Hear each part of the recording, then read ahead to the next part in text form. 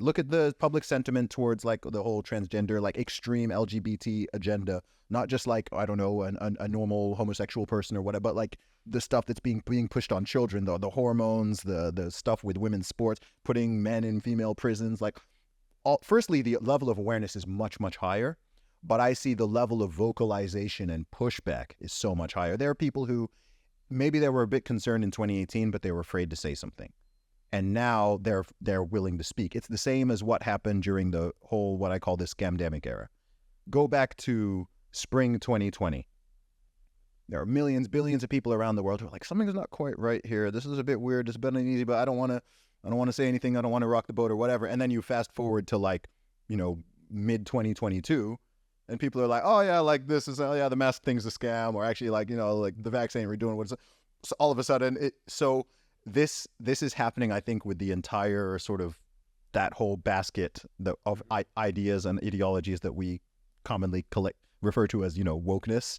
I think that's past, and so it doesn't mean that it's like dead in the water, but and there's some very obvious examples of this. I mean, if you look at some of the boycotts that have happened with certain companies, whether it was like the whole Bud Light boycott or the way people responded to like the Target stop, like there's been some sort of major incidents where I'm like, had that happened 5 years ago, the pushback would not have been that way. You wouldn't have, billions wiped off their market value or people taking such strong stances. So I think that, the pendulum went that way, and now we're at the very early stage of that return. Yeah, reversion to the mean or equilibrium. Yeah, exactly. I think what we've learned, certainly since 2020, because we're going to look back and say like, okay, just how we looked at 9/11, and that's when the millennials, the generation there was a shift in that, and there's a Gen Z generation. Like, we're going to look at 2020 and say, all right, there is a clear distinction between the world pre-2020 and post-2020. But I think we all have to agree that nobody has the answers immediately, or at least you have to give people the chance to process the information. So some people were saying very early, this, and this. And people were like, well, I don't know. I think it's this, and this. Yeah. And we're all just sort of giving opinions. And then some opinions are right, some papers are wrong, but nobody had the answers. And I think it gets divisive when it's like, of course it's this. And they're like, well, I thought it was this. I'm getting this. But sometimes, they say time heals all wounds. Everything that we are realizing, whether it's the COVID stuff, whether it's the political stuff, whether it's the LGBTQ woke stuff, you're giving people a little more time to be like, yeah, I really thought that BLM was a good thing because I agree with that. Like, Black Lives Matter, it's great. Sure. But when you peel back the curtain, it's like, well, it actually just turns out to be sort of like a neo-Marxist, anti-nuclear family, Ponzi scheme. It's like, okay. You can also, again, just simply did they make things better or worse? That too. Right? Are race relations better pre all that stuff or afterwards, right? What are the tangibles? Like, what are the tangible things that have gotten better in that regard? How close is the ball to the hole? Exactly. And people are like, oh, well, the best I ever hear from people is, oh, well, like, there's like increased awareness of racism. I'm like, I think people have been aware of racism forever. Yeah. And I think actually all that's happened is you've made some people very defensive, and you've created the sort of a backlash movement. And yeah, I don't also, in my personal view, raising the quote unquote racial consciousness of a population is not actually a good thing. I think the world and societies and nations are much better where the first thing people notice about each other is not their skin color, where they just sort of, the way I've been raised forever has been about like, yes, we have eyes. When I talk to you, I don't know, the idea that you are a white man is like, doesn't really register in my brain. It's certainly not it's certainly one of the least interesting things about you. I would like to think that the fact that I am black is not a particularly I didn't work hard towards that. No, I'm looking. Right? I'm looking at I didn't work really hard for that achievement. No. You know what I mean? It's just like, it just is.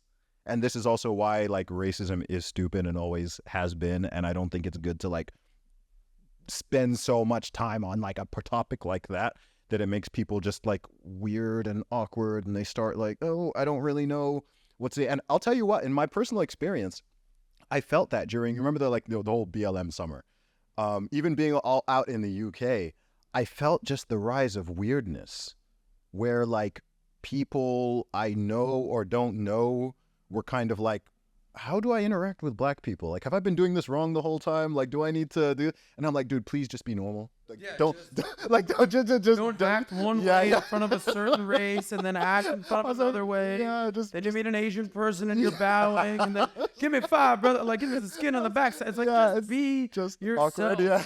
Don't start putting on a sombrero if you're gonna hang out with a Mexican guy. Just do you.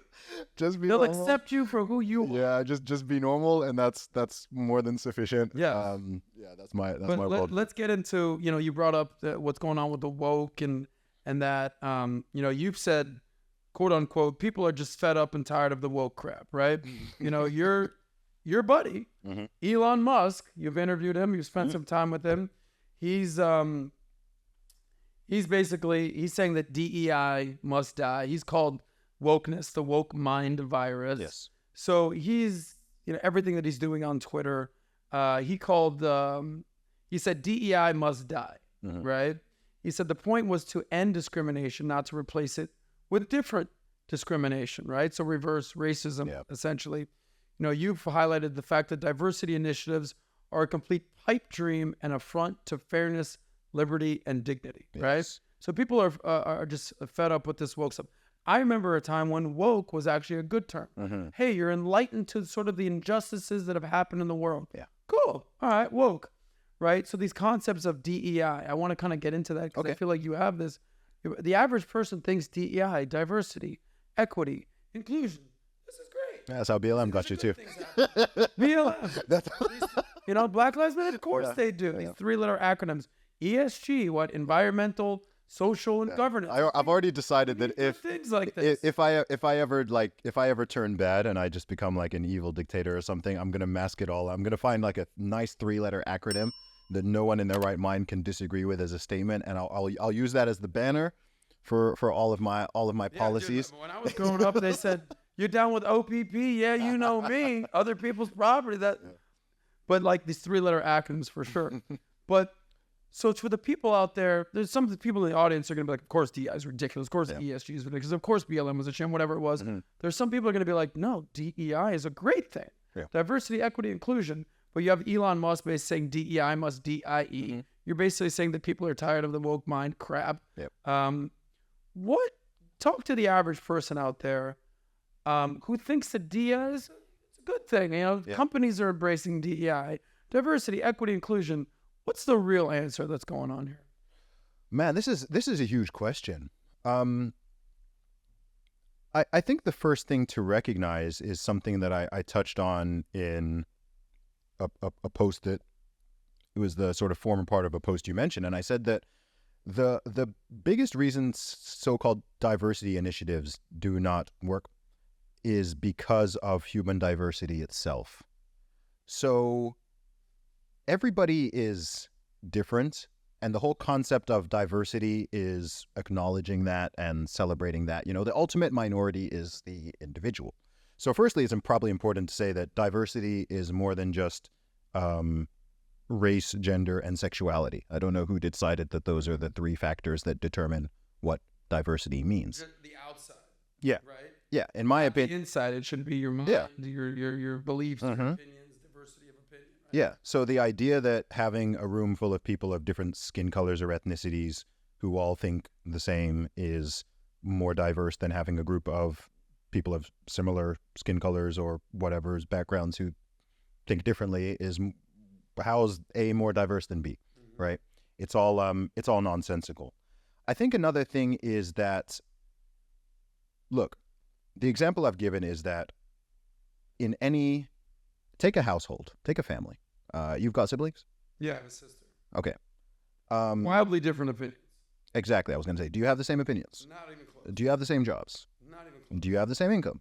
No. Okay, but you were raised by the same parents, same household, same rules, whatever. Okay, I have 5. I'm sensing a direction Yes. here. Okay. I have 5 siblings. Sorry, I have 4 siblings. I'm one of 5.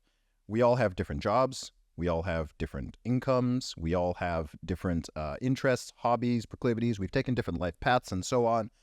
We were all raised by the same parents, under the same roof, treated, fairly equally and so on. But because of this thing called diversity, and because of the possibility of freedom and human autonomy, we made different choices, and that's all well and good. So if you're not going to get, now we're moving on to the equity piece, which largely, means sort of equality of outcome. If you don't even get equality of outcome amongst siblings raised in the same household, what on earth, what delusion makes you think you're going to get equality of outcome across an entire population or across an entire nation?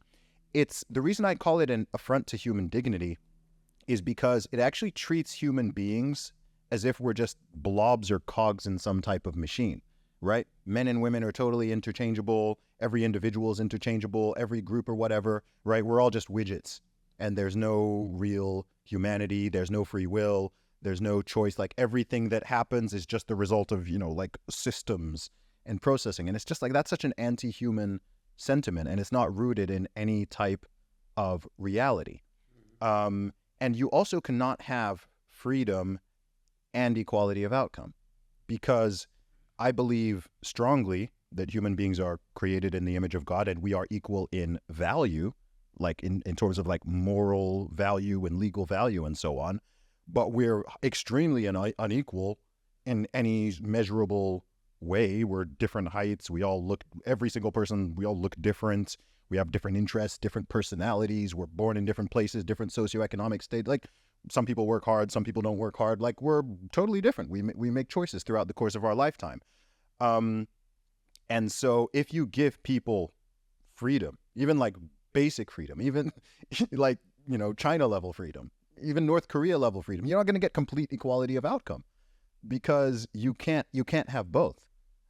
Equality of outcome is the antithesis of freedom. That's why communism is as horrible as it is, because it's just, okay, we're just going to cut everyone down to the bottom, right? We're just going to clip everybody's wings, and it doesn't matter how hard you work. It doesn't matter how smart you are. Now everyone's, there, and then you're eventually equally dead. And so it doesn't work. And also it's just silly, because I think the idea in itself, particularly when it comes to like the race and gender talk about diversity, is the entire thing actually, in my opinion, is very condescending.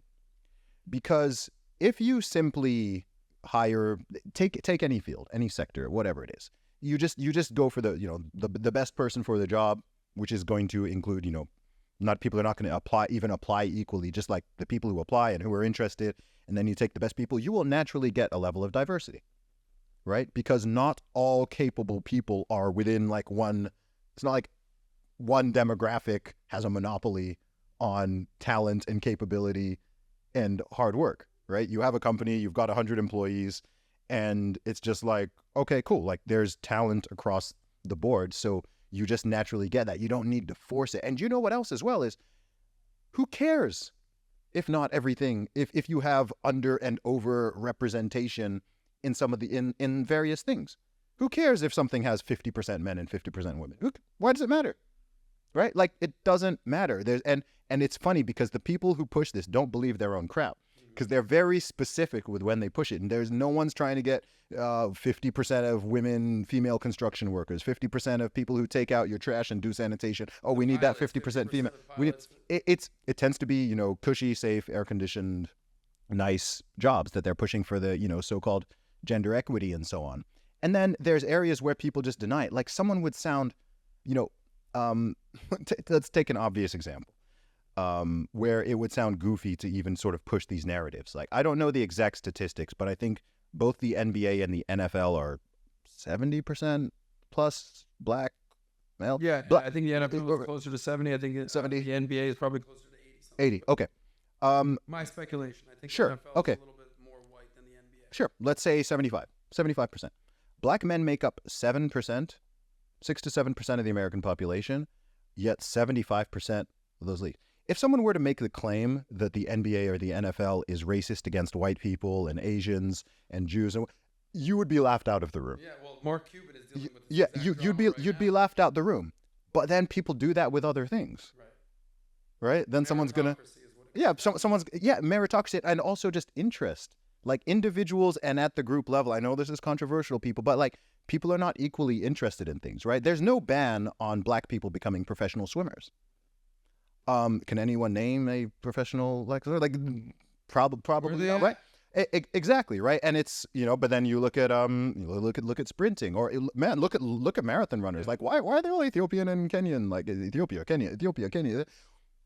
Okay, you know, and someone could have like go into a whole conversation about why this is and so on and so forth. But it's just like it just is as a result. Ironically, as a result of human diversity, the chips do not fall like perfectly equally and everything. Like you can't. If you're just trying to do this bean counting, you're going to be there forever, and you're going to be constantly disappointed. And the last point on this, and this is important, which is that to even get those type of outcomes, you would by definition have to enforce some type of actual unfair discrimination. You would have to actually enforce sexism and actually enforce racism and so on. That's the only way you'd actually get it. So the entire thing undermines what they're claiming to be trying to correct for. Whoa. If you like that one, click right here to watch the full SOSCAST. And don't forget to subscribe to the channel.